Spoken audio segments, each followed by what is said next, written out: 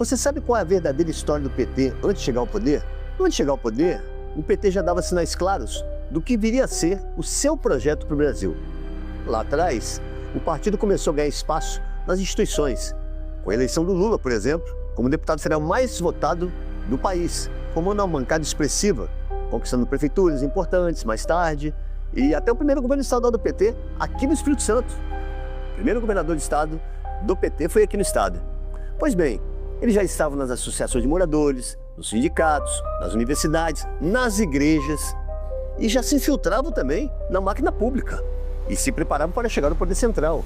Lula viajava o Brasil de uma ponta a outra com as famosas caravanas da cidadania, se apresentando, se organizando. Muito bem urdido tudo isso. Mas desde o início, o PT se destacou por uma única coisa: votar contra tudo o que poderia dar certo para o Brasil. Foi assim com o Plano Real no governo Itamar Franco. Foi assim com a Lei de Responsabilidade Fiscal do governo Fernando Henrique Cardoso. O PT sempre votou contra todas as reformas que dariam equilíbrio ao país. Mas por quê? Ora, porque eles sabiam que se o Brasil desse certo, o PT perderia seu discurso de salvador da pátria. Afinal, eram eles os detentores da bandeira da ética e da moralidade.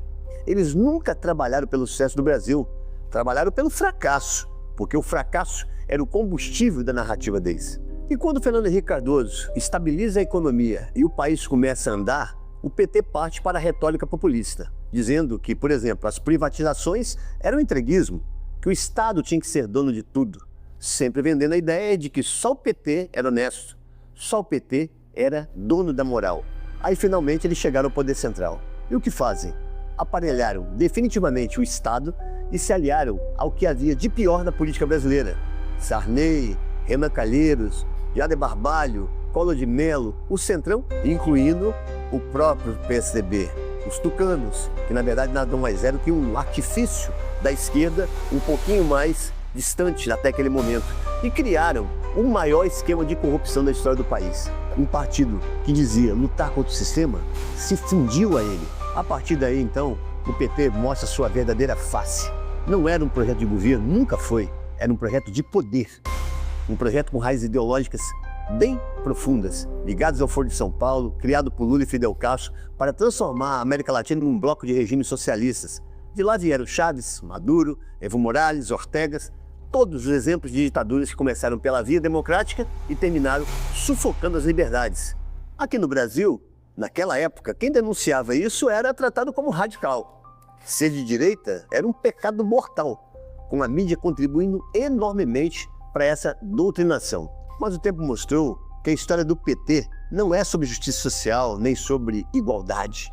É sobre dominação, corrupção e manutenção de poder a qualquer custo.